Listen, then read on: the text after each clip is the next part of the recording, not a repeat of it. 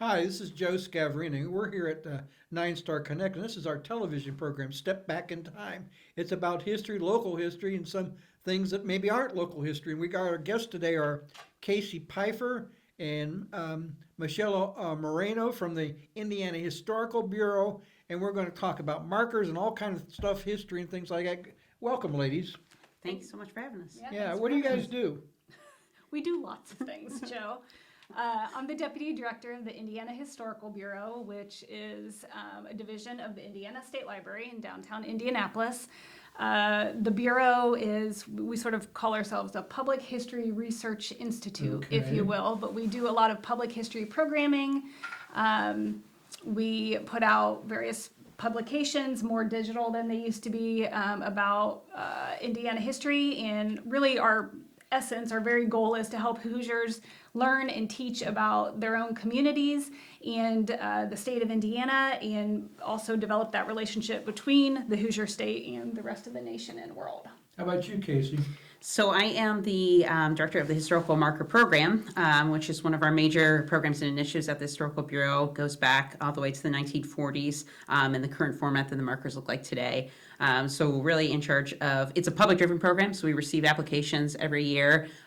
So really working with applicants to mark different topics across the state, make sure they're reflecting the diverse history of the state. Maintaining the markers that are already up in the field. We have over 675 that have been installed Wow, since okay. the marker program began.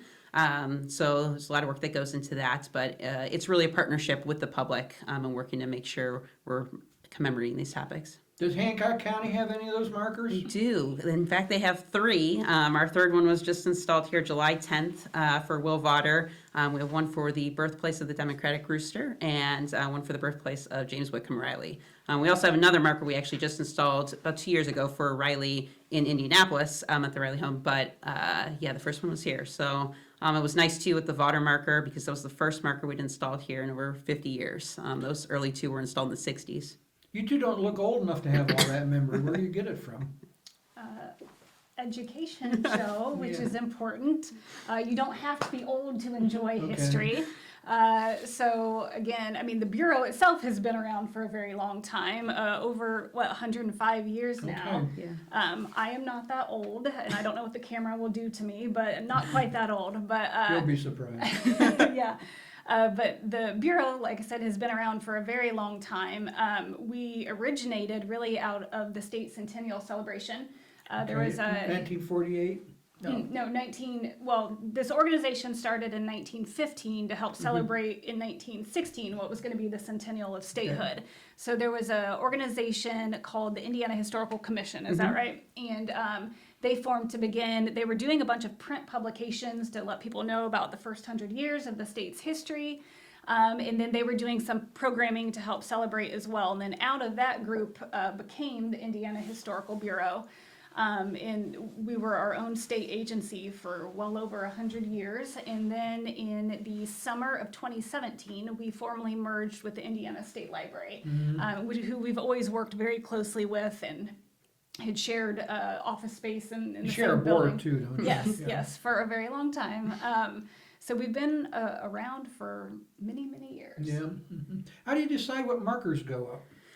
So again, because it's driven by the public, we have a long wish list of topics that we'd love to see commemorated. Some topics that you think, how does that not have a marker? I mean, Madam C.J. Walker, we got an application, thankfully, in it for to commemorate Madam Walker a couple years ago. That marker will hopefully be installed next year. But I know it's one of those topics where people are like, how do you not have a marker for her already? Or Booth Tarkington, we just did a marker for recently. So another member of the Golden Age of Indiana literature. So we will, promote the program to the public. They will then submit an application for a topic either they're really interested in, they think, it is in their community, has not been previously marked. When we go, our marker team then evaluates the applications based on a number of criteria. We're really looking for topics that demonstrate statewide significance, so beyond just a local impact, but really looking at those larger effects politically, economically, socially on the state of Indiana. It's like because of that we have such a diverse collection. Who pays for it? The markers are funded by applicants, so it is they are owned by the state of Indiana. But again, that partnership coming into play where the applicant submits some initial research, we go in and do a tremendous amount of additional research and make that then available not only through the physical form of the marker itself, but on our website, really trying to provide different digital ways of sharing that history. Dr. Marino, you said this is one of your programs. What are the other programs? Yeah, so right now, the Indiana Historical Bureau, as part of the state library, is composed of 3 divisions. So we have the Public History Division, which operates the marker program, and we do a lot of other, we have a blog, we have a podcast, we collaborate with all sorts of organizations across the state on various local history and statewide initiatives. We also have our digital initiatives department, and they oversee digitizing historic newspapers. We have a great resource called Hoosier State Chronicles, which is our historic newspaper digitization program. So we partner with libraries to get old newspapers digitized, and then those are available free to the public for research. And again, I can't tout that source enough. It's fantastic. And then we also have a digital hub, I guess you could say, where libraries across the state have digitized their own collections, and then those are searchable through our program called Indiana Memory. So that's sort of what our digital initiatives team works on. And then the third department is also the Rare Books and Manuscripts Department of the library, which is under the Bureau too, although they continue to provide public services. And they obviously have millions of items across Indiana history that's important to the state, but really they collect all sorts of stuff. So we have some amazing things in that collection, and they also digitize those, but the public can come in and make an appointment and look through the collections for research purposes too. So there's been a reorganization with the Bureau, but we've done the marker program from the 1940s. We've provided various publications for decades, and again, some of those are now digital as well. But you can see sort of how history is changing, and the ways that we consume history is changing by how we've changed too. Wait a minute, history doesn't change. Joe, that's also an important point that we should talk about. So history is not static, actually, contrary to popular belief. History is a story that we tell about the past, and that story can change based on sources that are uncovered, based on interpretations about what happened in the past. So of course, yes, there's usually an agreed set of facts that this happened on this date, or these people were involved. But what that meant to different groups of people can absolutely change based on whose perspective you're looking at and what sources you're using, what angle you're taking. So I do think that's also an important discussion to have about what history is, and that's something that we build into the marker program, and about whose stories we're telling and why we're telling those stories. Yeah, and if you look at a marker that was installed, in the 1960s versus a topic that we might commemorate today, we did a marker for the Fall Creek Massacre in near Pendleton. We had applicants who said, hey, we want to update this marker because the text was one-sided, very limited perspective, provided no agency of the indigenous people that lived in that area. And so they submitted a new application, and we were able to, convey so much more of that story and really provide a different side to, telling the indigenous perspective and agency there. When that happened, Hancock County was part of Madison County. It was one county, and the county seat was Pendleton at those days. But hey, why go through all that time? History repeats itself. I would also argue that history does not repeat itself. There are lessons to be learned for sure. But you're never going to have the exact same situation. You can't recreate it. And again, because we're looking to the past and trying to understand what happened, you're never going to have the exact same situation because so much has changed over time. But that's not to say that it's not important, because if you do not understand the past, you do not understand the present. You do not know you cannot make sense of the world in which you're living if you aren't drawing these connections or have a straight line even to the past. Okay. I like to say that history is like a guiding light more than it repeats itself. Yeah. I think that's a good way to look at it for sure. Yeah.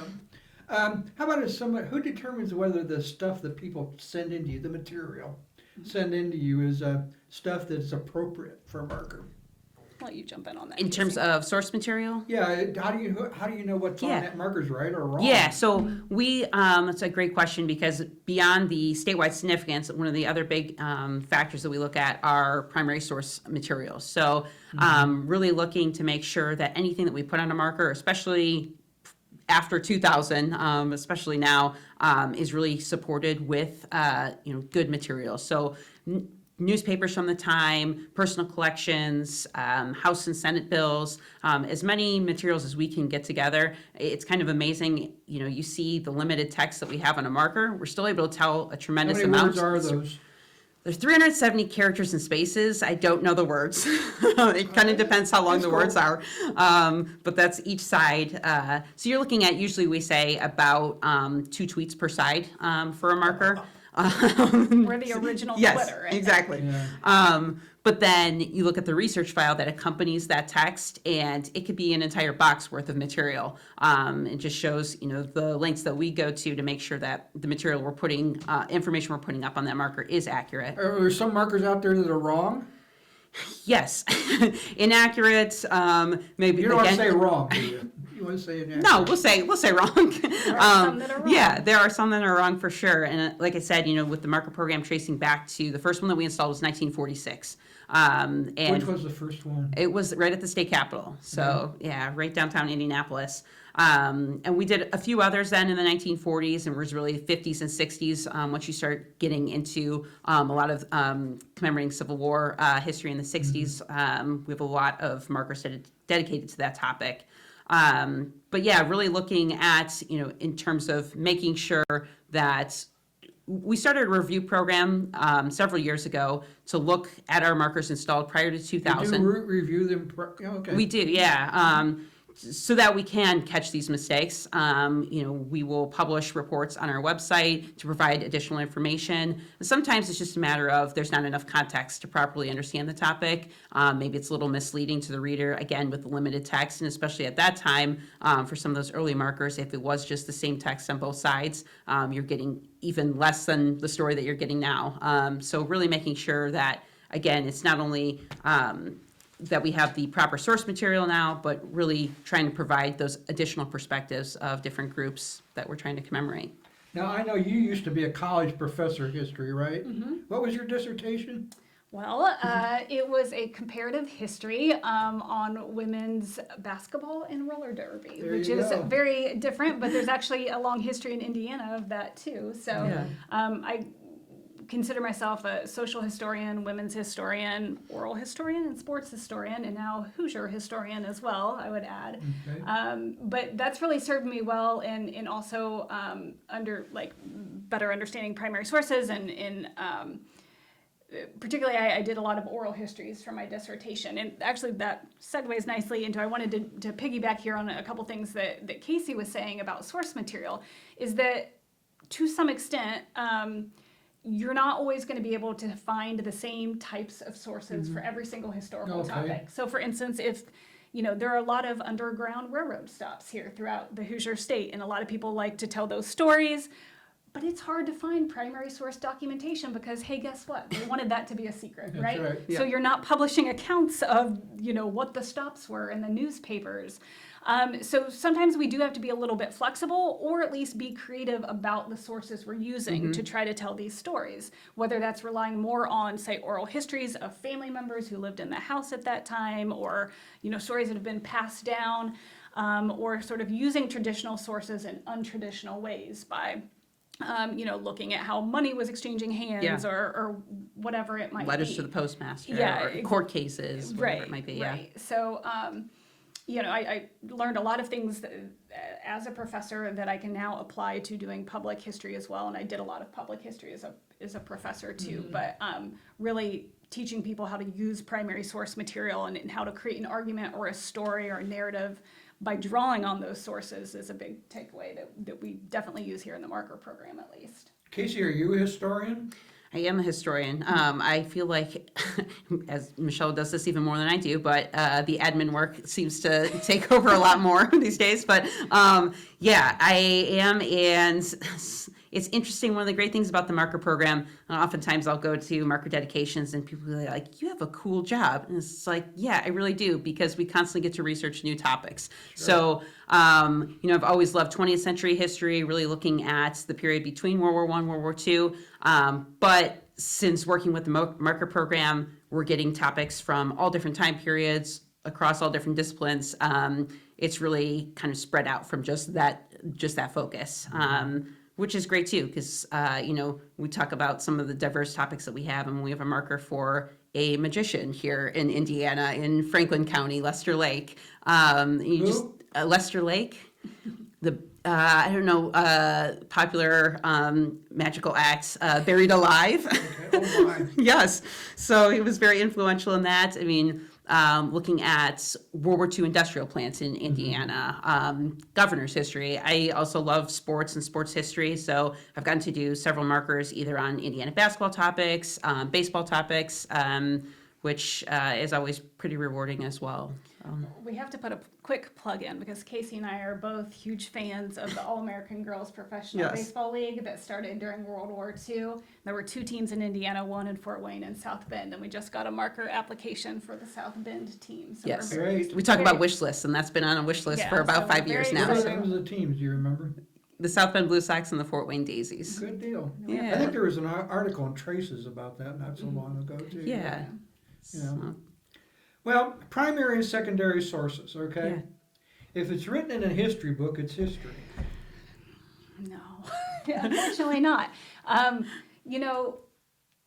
As I was kind of alluding to earlier, and Casey jump in on this too, just because someone wrote it down doesn't mean that it's truth, Yeah. right? Like you need it to be based on other source materials. You need to check those sources with each other. Again, just because someone thought to write it down, or someone could be a liar, it doesn't mean that it actually happened. Or make a simple mistake. I mean, we've seen just, people have transposed dates, and you're like, Yeah. that's not accurate. Right. So you always need to be relying on multiple sources Yeah. as best you can. And again, the secondary source, which is usually a source written based on the primary sources, that's an interpretation. So you hope that they're taking it seriously and they're doing it to the best of their ability. There's a great quote that I often use. It's from historians Page and Marius. History is a story about the past intended to be true.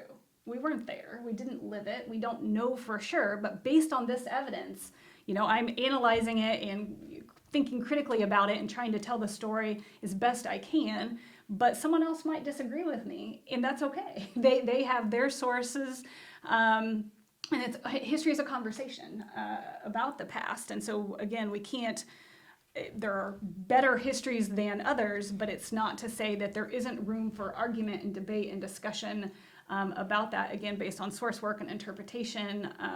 And I think that's good. When we say too, if we kind of joke, if it was the case that, okay, once it's written down, that's it, that's end of story. You'd have one book on Lincoln, not Yeah. an entire catalog, and that's why you have new editions of books and various interpretations because of those different perspectives and those different sources coming to light over the years.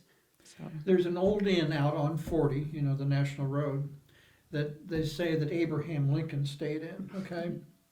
And it's been debated for years off and on, and it's not true, okay? But Yeah. and then they said, no, it was Andrew Jackson, and it's just not true. And it's hard to erase some of that stuff, isn't it? It is. It really does become woven into the community's memory or that individual's memory, and then to, shatter those illusions can sometimes be hard to do. But again, I think it's also important to keep an open mind when, reading these materials. And again, just trying to pull from as many perspectives as you can. Well, No, that's a good point. and if I could jump in on that too, because you use this phrase erasing history, which we hear a lot now in the media and with some of the discussions going on. We don't necessarily need to get into all that, but I think it is important to know that, again, just because an interpretation changes or new evidence comes to light or we're now looking at this in a different way doesn't mean that we're erasing anything. You have to ask Okay. why this history was there to begin with, who created it. And oftentimes you'll hear in the media this term revisionism thrown around like it's a dirty word. We're revising something, we're erasing it, we're changing it. But that's how history works. It is fluid. It does change. It's not static.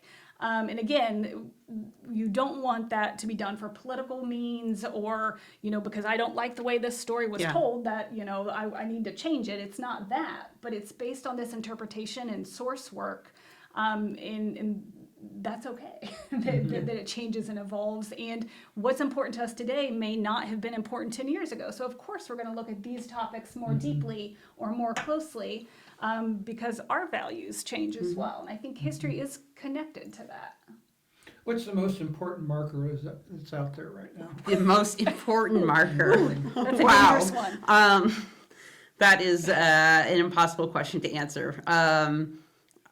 I mean, I would argue that most of them are important, but yes, they all do tell their own story. And again, even going back to the ones that maybe were installed in the 40s that have some inaccuracies, there are still stories that we can tweeze out of there and important lessons for today. I think one of the things about the marker program is telling stories that people aren't as familiar with. I mean, people hear the name James Whitcomb Riley, they hear Booth Tarkington, Irene Dunn, they know those people. You name some of the Indiana governors, they can connect immediately with those.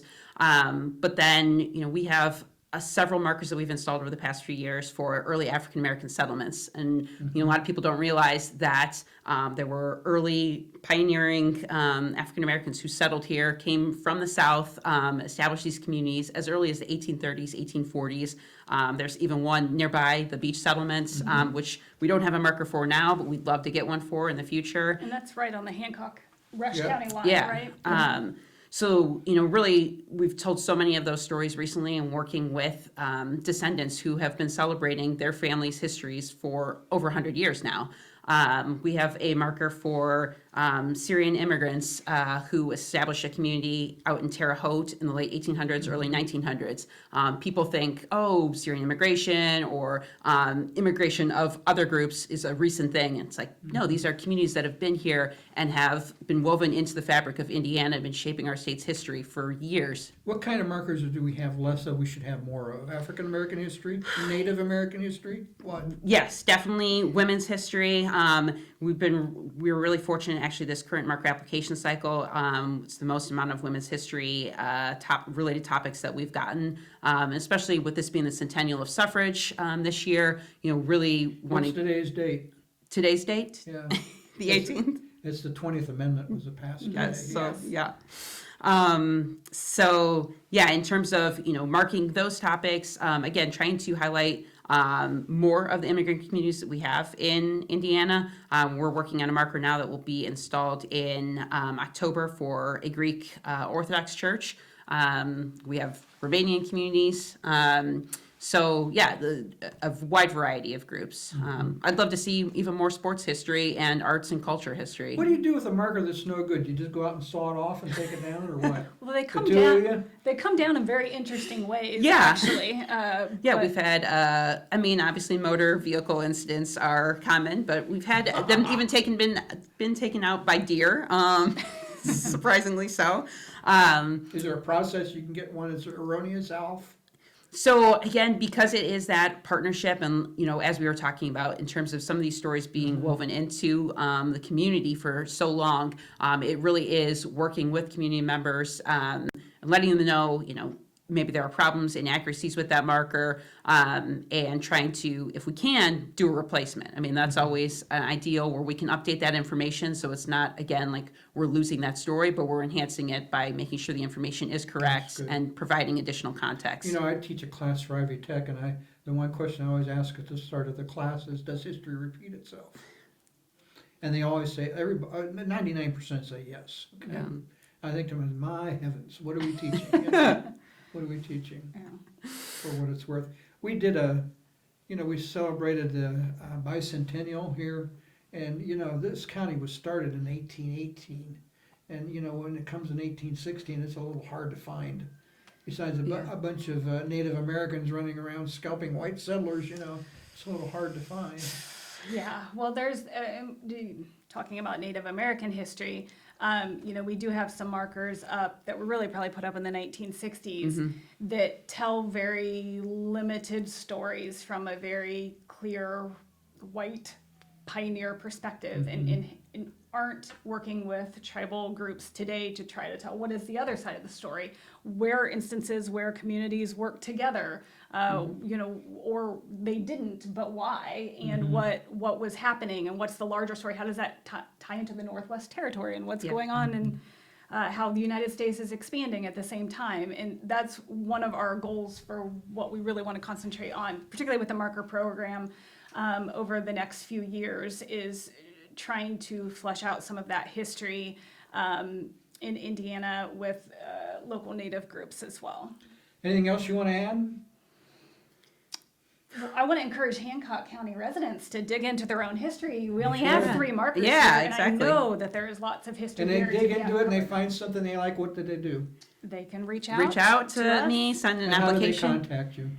You can search, if you just search our website, so Google the Indiana Historical Bureau. As Michelle said, we're a division of the Indiana State Library, but all of our contact information is on our website. And you can also search too, if people are interested just by wanting to know what markers are already around the state. Because we have people who say, maybe it's not in their community, but they're like, this is a great topic. I've always been interested in it. I want to see a marker for it. I mean, right now I'm working with an applicant who's out in California who wants to dedicate a marker for Elizabeth Smith Friedman, who was a cryptanalyst and code breaker during Prohibition era and World War II.